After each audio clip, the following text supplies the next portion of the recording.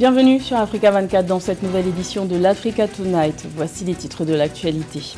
La réalisation de l'objectif de faire taire les armes en Afrique au cours de la décennie est compromise. Cette initiative, inscrite à l'agenda 2063 de l'Union africaine, vient d'être repoussée à 2030. Cette vision reste la clé du développement durable et inclusif du continent. Détail à suivre dans cette édition. Les Nations Unies s'inquiètent de la recrudescence des violences des groupes armés dans l'est de la République démocratique du Congo. L'ONU dénonce une crise humanitaire sans précédent pour laquelle le reste du monde est totalement désengagé. Et nouvel hommage à Manu Dibango à titre posthume. Le journaliste et producteur français Yves Bigot retrace la vie de l'artiste musicien camerounais 3 ans après sa disparition dans un nouvel ouvrage intitulé Manu Dibango, conversation avec Yves Bigot. Faire taire les armes en Afrique, c'était le thème du débat public qui s'est tenu au Conseil de sécurité de l'ONU ce 30 mars. Une réunion présidée par le Mozambique qui occupe la présidence tournante du Conseil de sécurité de l'ONU pour le mois de mars. Le président mozambicain Filipe Nyusi a ainsi plaidé pour des politiques de développement inclusives, transparentes et efficaces pour prévenir ou régler les conflits ainsi que pour garantir une paix et une sécurité à long terme. Rappelons que l'objectif prévu dans l'agenda 2063 de l'Union africaine était de faire taire les armes sur le continent en 2023, mais il est compromis et repoussé à 2030. Écoutons Filipe Nyusi, président du Mozambique. Nous, les Africains, voulons la paix sur notre continent. Nous sommes conscients que pour avoir un continent en paix, il faut que les dirigeants africains croient qu'un continent aux armes silencieuses est possible. Les dirigeants de nos nations ont une responsabilité supplémentaire car ils ont l'obligation de mobiliser toutes les sensibilités et de garantir les moyens et les ressources nécessaires à leur disposition pour permettre le silence des armes, une fois pour toutes. E garantir os meios e recursos necessários a seu dispor para acelerar o silenciar das armas de uma vez por todas. La situation sécuritaire dans l'est de la République démocratique du Congo a également fait l'objet d'une réunion du Conseil de sécurité de l'ONU le 29 mars.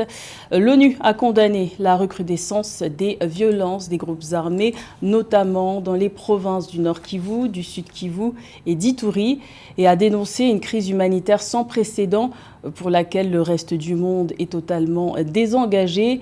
Des centaines de milliers de personnes ont fui les exactions des groupes armés.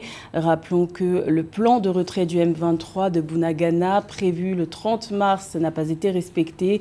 Le M23, mouvement rebelle soutenu par le Rwanda selon l'ONU, continue d'être visible dans une large partie de la province du Nord Kivu. Écoutons la chef de la MONUSCO, Bintou Keïta. L'intensification du conflit avec le M23 et l'activisme persistant d'autres groupes armés, notamment les ADF, Zaïre et la Codeco pour ne citer que, continuent d'infliger des souffrances intolérables aux populations civiles et de dégrader une situation humanitaire de plus en plus dramatique. Au Nord Kivu en particulier, les affrontements entre le M23 et les FARDC ont forcé 900 000 personnes à se déplacer.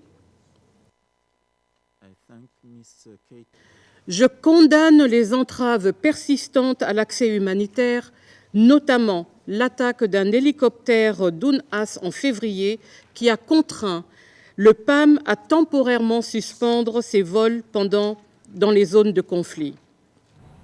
Au Soudan du Sud, le ministère des Affaires étrangères a donné la parole à la jeunesse le 29 mars. Des jeunes étudiants ont été invités à Juba pour débattre sur la paix et l'édification de la nation. Objectif affiché, éduquer les jeunes à laisser les cicatrices des guerres civiles passées derrière eux.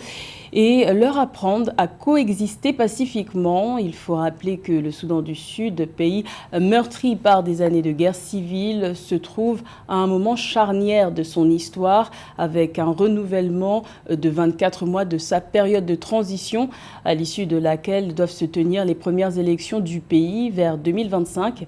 Je vous propose d'écouter le spécialiste des affaires publiques de la MINUS, Babatunde Sunday.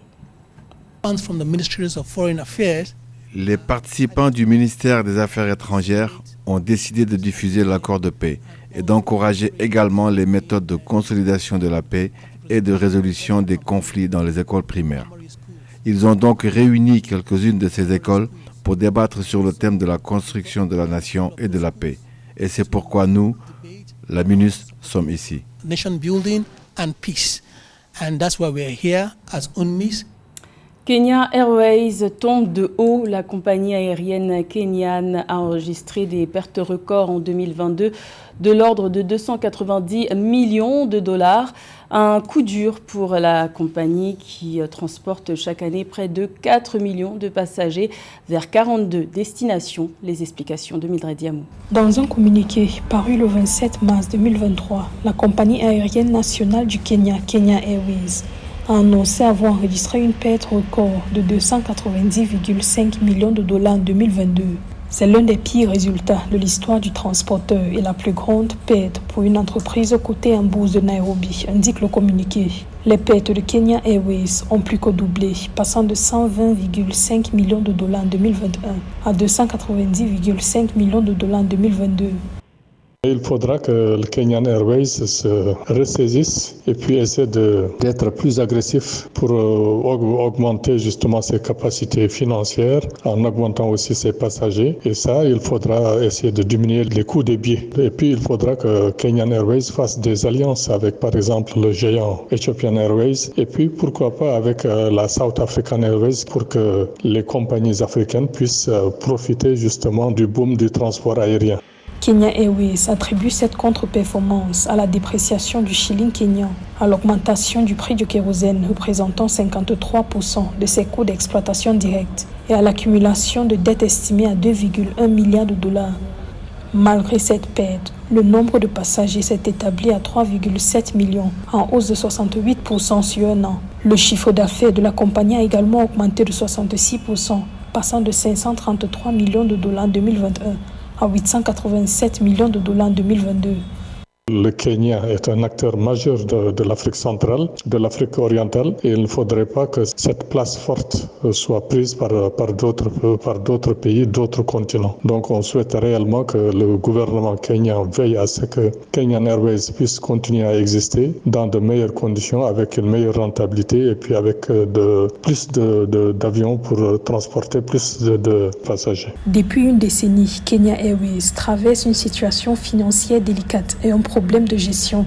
Les pertes accumulées atteignant 1,3 milliard de dollars dans le cadre des renflouements de l'État. Pour rappel, Kenya Airways transporte près de 4 millions de passagers vers 42 destinations chaque année.